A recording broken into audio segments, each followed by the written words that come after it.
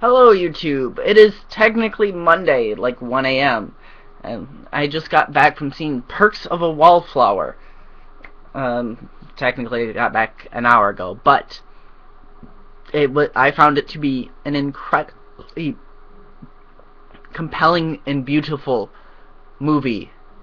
And I just wanted to talk a little bit about that because it was a movie full of people making mistakes and learning to live. And as a young adult, I can appreciate and relate to that because I was just recently, I actually still am, was there learning and making mistakes and trying to figure out what this whole life is and how to relate to people and what are relationships and learning, living, sort of thing, and experiencing the world. And that is the movie in a nutshell, is a bunch of high schoolers learning what is life. And it almost moved me to tears, honestly. That and Missing Boston. As far as I can tell, or at least in my own headcanon, that movie was filmed in Boston. It was the tunnels that did it for me.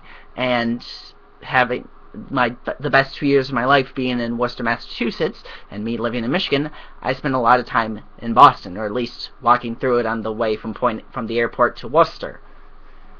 And I found the experience to be incredibly nostalgic as well, and the fact I have not been there again in like 2-3 years now. And honestly, I haven't spent much time in Boston at all, to be honest. And now I just miss it all, and all those people out there, and I'm sorry I left it all behind a little bit, but it's not to say I don't like the people here. I love the people here. These are some of the best friends I've had ever, and I am closer to these people. I feel closer to these people than I ever did to my friends in Massachusetts. But I still miss it. I miss it badly. And entirely unrelated to that is I was driving home and I was thinking about my car, and like I have to say, in the movie, he is part of it. Spoiler alert, by the way. He gets a typewriter, and they don't actually do much with it, unfortunately, but I kind of feel like that's a little bit of his tool, his thing, because he wants to be a writer. But I was thinking about it, how I felt very comfortable in my car, and the car had become part of me, and I'll be very sad when that car dies. And something occurred to me that I found very odd. The fact of the matter is, I felt more comfortable using my car than I do using my computer sometimes. As a software developer and as a student of computer science, I found this a bit disconcerting. And part of it is that since Ubuntu developed, Unity? The Ubuntu's new desktop, and GNOME 3 came out, the fact is I haven't been real comfortable with my desktop environments. The fact of the matter is that desktop environments lately have sucked. I mean, Mint was okay, but it didn't have. Mate was okay, but the fact of the matter is it was all GTK2, and a bunch of stuff is in GTK3, and it doesn't mesh them at all. In fact, the integration was awful between the two of them.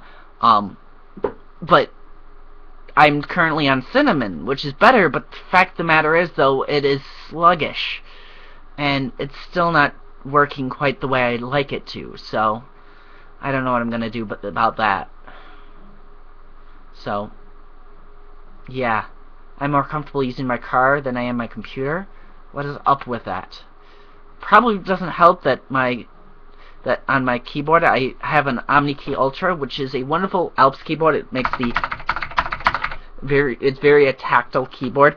It also has the meta keys in the following order: Tab, Control, Shift, Alt, 2 carets, yes, left and right caret as a key on its own, and then caps lock. What the fuck? To be fair, though, it has mode for using with an Amiga, so yeah. I'm I wish I could use my computer better, but Perks of Being a Wallflower was gorgeous. I'm told it is very triggery, but I am completely insensitive to trigger warnings and what is and is not a trigger and what you should warn about with triggers. I know nothing about the subject. So if you know any good places to learn about triggers and what to do with them, put them down in the comments below, I guess. Heaven forbid I get comments. Heaven forbid I get more than like 2 regular viewers. Hi, I love you both. So yeah, have a good New Year's, be safe, have fun, and you live once. Make it count, somehow. You have to figure that out for yourself. Don't forget to be awesome.